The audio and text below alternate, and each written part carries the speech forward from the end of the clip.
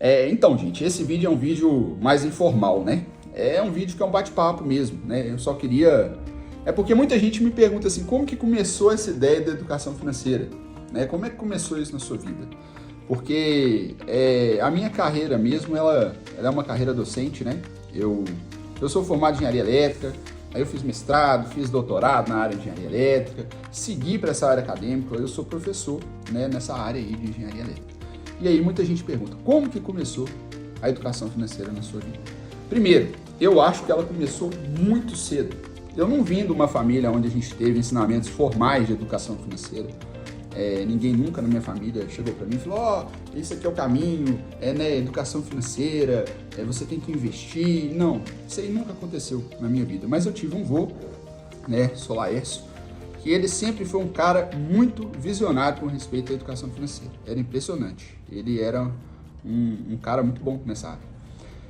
E ele era assim, né? Você comprava um leite lá e esse leite custou 32 centavos, sabe o preço de tudo, sabia como é que funcionava tudo.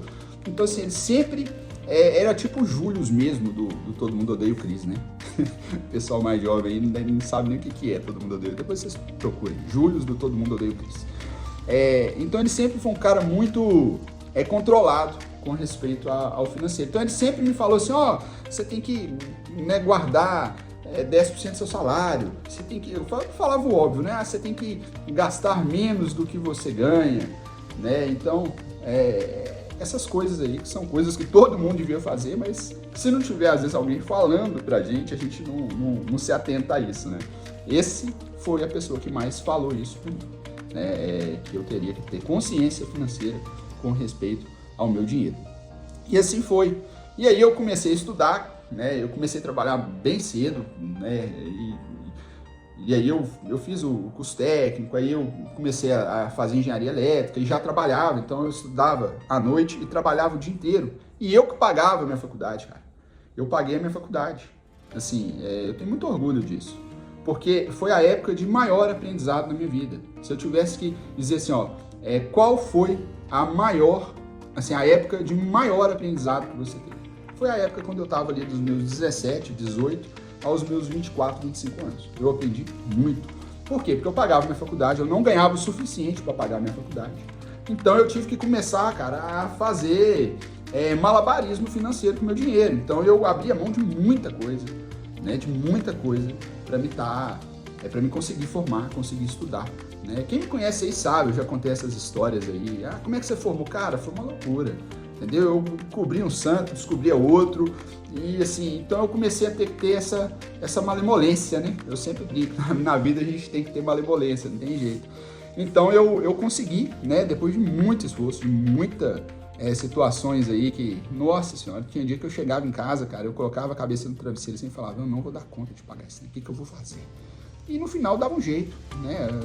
No final eu resolvi de alguma forma. E aí eu formei, né? E aí, assim, depois que eu formei, que eu comecei a entender um pouco mais de tudo isso, eu entendi que essa fase da minha vida foi uma fase primordial. Eu aprendi muito. E eu aprendi uma outra característica que me fez, às vezes, me dar um pouco melhor com questões financeiras. Como eu tinha o dinheiro muito escasso, né? E economia é basicamente isso, é você tomar decisões, né, em ambientes de escassez. Eu aprendi a arriscar. Então, assim, eu comprei o meu primeiro imóvel, eu não tinha dinheiro para comprar, eu falava, não, eu vou dar um jeito, depois a gente paga, a gente vê como é que a gente faz, vamos comprar, vamos viabilizar o negócio. Então, eu sempre pensei desse jeito. Aí, né, teve uma época que a gente adquiriu um terreno e eu não tinha dinheiro também, aí eu tinha um Uno, aí eu passei esse Uno no cobre, entreguei pro cara e falei, eu posso te pagar, eu vou te dar tanto, vou financiar o resto com você, e dei aquele monte de cheque para ele, cara, na época tinha cheque, e pagamos, resolvemos, e o lote foi a mesma coisa, e a casa a mesma coisa. Então eu sempre tive muita agressividade, né, na hora de adquirir coisas, né, porque eu nunca comprei nada que eu tivesse condição, né? Que eu tivesse que fosse favorável. Então sempre foi muito, muito difícil. E essas decisões, elas foram aprendidas na época que eu estava fazendo a faculdade. É impressionante, assim, como que isso me moldou, né? Então, depois eu fui entendendo algumas coisas também com respeito à vida e com respeito ao investimento.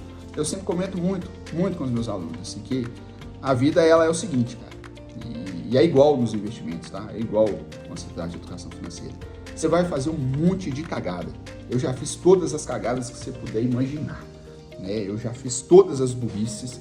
Eu sempre falo com eles que eu acordo todo dia, eu olho no espelho e falo, eu sou um idiota. Isso para quê? Para me lembrar que eu sou idiota. E para me lembrar que eu não tenho que repetir as cagadas que eu já fiz durante a vida e durante, né, a parte financeira aí. Porque eu fiz muita cagada. Financeira, então, nossa senhora. Eu financiei um carro quando eu tinha aí meus 22 anos. Né? Errei, porque eu paguei quase 3 carros, o carro valia 20 mil, paguei quase 50 mil e vendi por 10. Pô, puta cagada financeira, mas eu precisei naquela época. Então, eu não me arrependo, não. Aprendi, né, faria diferente, mas foi necessário.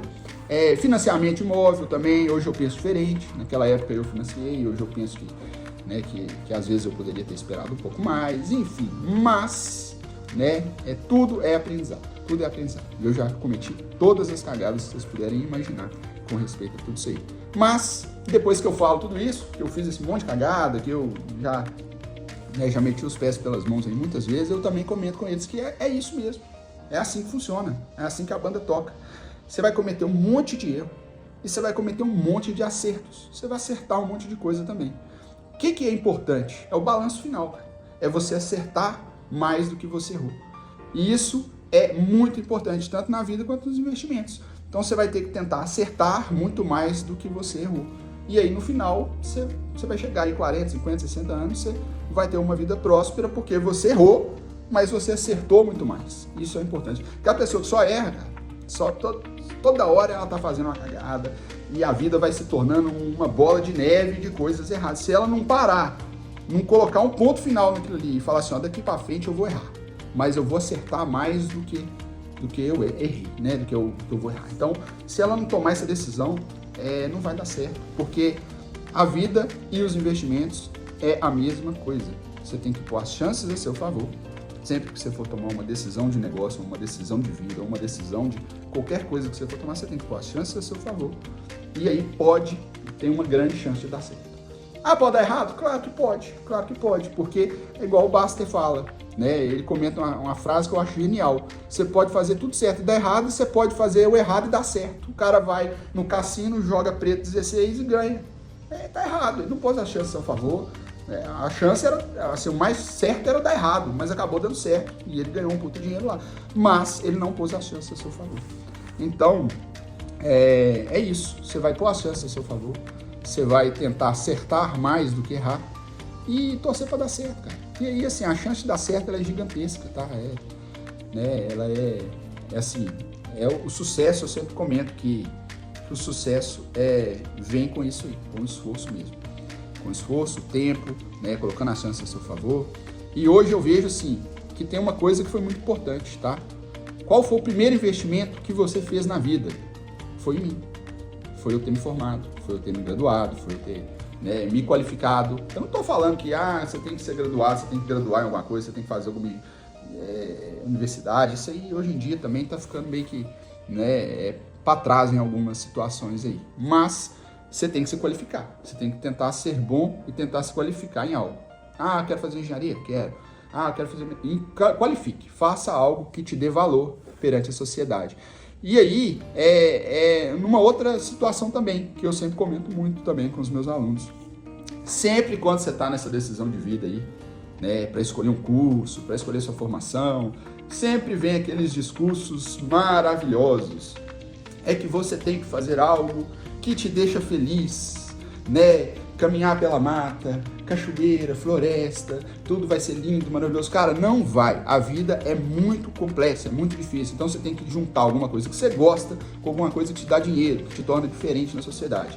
Ponto final, tá? Qualquer outro discurso aí, quem tá fazendo o que gosta vai sempre conseguir um emprego porque tá fazendo o que gosta. Se você fizer o que gosta, você não querá trabalhar. Eu acho isso uma balela, tá? Eu acho que você tem que fazer o que gosta e tem que conciliar com algo que dê dinheiro. Então sempre tente pesar essa balança aí. Nunca fique em algo que você odeia, porque é tenso. Você vai trabalhar a vida inteira com aquilo ali, você odeia fazer aquilo? Não faz sentido.